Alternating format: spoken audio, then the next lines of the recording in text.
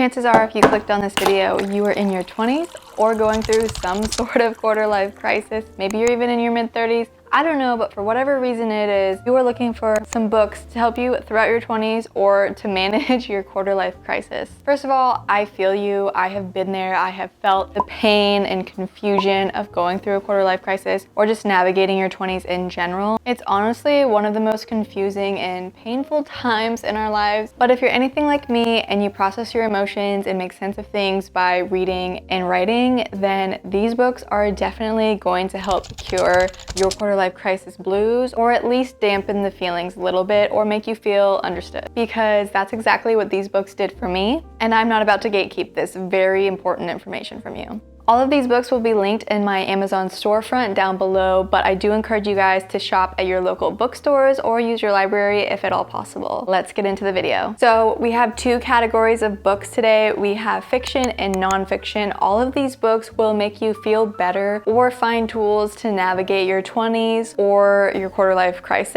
And honestly, these books can apply to any time in your life or any age when you're just feeling lost, confused, behind, alone, and just at a complete crossroads in your life. We're gonna start with fiction. First up, we have Days of Distraction by Alexandra Chang. I read this in my earlier 20s and it was so relatable, and it just made me feel so seen, and it made the pain in your chest where you just have that extreme anxiety about everything going on in your life and going wrong in your life ease a little bit, because our main character is going through the same things, and it just was so relatable. This is just a slow, tender story about our main character who is a writer, and her boyfriend ends up wanting to move across the country to a small upstate New York town, and she is originally from California, so she moves away from her family to be with her boyfriend. She ends up quitting her job, so she's going through all of these different changes, and she's just confused as to where her career is going and where her relationship is going. She is just very uncertain about everything, and it's really just a story of finding yourself and figuring things out in your 20s and feeling lost. And it's definitely slower paced, but I absolutely love this book, and it's just so relatable. Next up, we have one of my absolute favorites, and that is Cleopatra and Frankenstein by Coco Malors. This book is incredible. I love Coco Malors' writing. The way she describes people, the way she describes emotions is just unlike anything I've read before, and it is so captivating. Her characters are so vibrant, they jump off the page. Basically, we're following Frank and Cleo, who dive headfirst into a steamy romance, but their relationship is incredibly toxic, and you see how it affects them as well as everybody in their lives, and how their relationship and their toxic dynamic pitters out into the people around them. And it's just a story about being lost in your 20s and being lost in your 40s and constantly trying to figure out who you are and trying to make relationships work when you don't even know who you are yourself. And it's such a powerful book, and it's definitely gonna be a reread for me. We also have Writers and Lovers by Lily King. This book follows a 30-something-year-old writer who is struggling in her career. She's struggling in her love life. She is living in the basement of her brother's friend, I believe. And this book just made me feel so much better about not having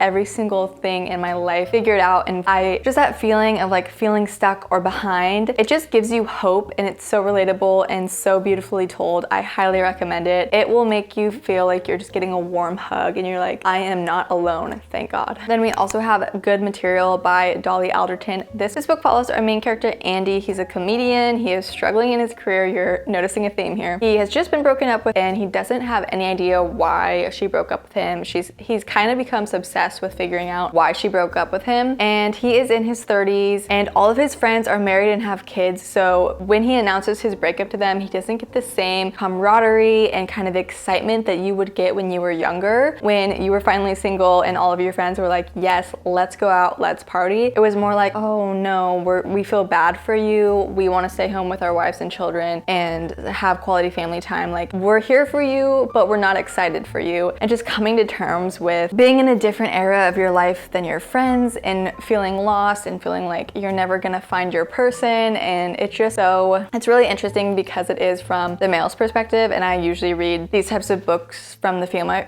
female perspective just because I relate to them more. But this one, I loved it. It was easy to get through. Definitely made, once again, it will make you feel better about not having everything figured out. And it just hits on so many relatable moments and things, and it'll definitely get you thinking about your own life and what it means to be successful in your life and what it means to be in love and be in a relationship, and that the end of something big in your life doesn't have to be the end of your life. Happy Hour by Marlo Granados. This book is just kind of more of a lighthearted one. It is following two girls. They are 21, they just moved to New York, and the whole concept is that they're gonna spend their last penny having the time of their lives. They are drinking, they're being frivolous, they are shopping, and it's just so fun. I'll read you a little blurb on the back. A dreamy account of one heady summer. It is a dispatch from another land, not only New York City, but youth itself. Happy Hour is aptly titled. It is an intoxicating little book, at once heartbreaking and joyful. Confident, charismatic, and alive to the pleasure of observation, the voice Granados conjures in Happy Hour is a testament to the power of charm on the page. So if you want one that's a little bit more fun and frivolous, then I would highly recommend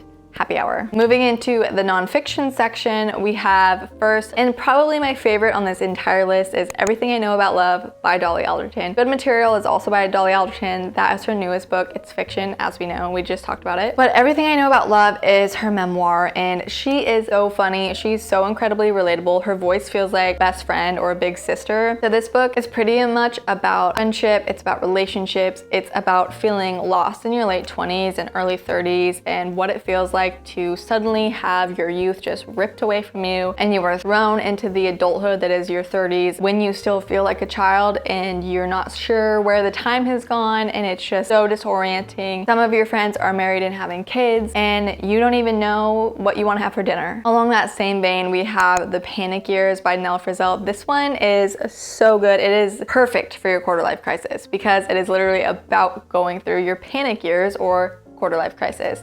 Nell Frizzell and Dolly Alderton actually know each other, which I love knowing that little tidbit because their writing reminds me of each other. This one does talk about having children a lot more heavily, and it talks about watching your friends have children and kind of the pain of losing, not necessarily losing those friendships, but the way our relationships change with our friends when we have children and families of our own, as well as trying to figure out if you want kids yourself or if you don't want kids. And I found it very insightful and very relatable, and it just felt like it made me feel so much more relaxed about having all these decisions weighing on me as I myself am 28 and approaching 30. Then we're gonna take a twist and talk about the power of habit. So everybody knows about Atomic Habits, but I personally really love The Power of Habit. This book delves deeply into how our brains form habits, what a habit loop is, and how we can harness that to actually change our habits and ultimately change our lives. So I feel like this is a great book to read in your 20s, or if you're going through a quarter life crisis, start making little changes in your life that will ultimately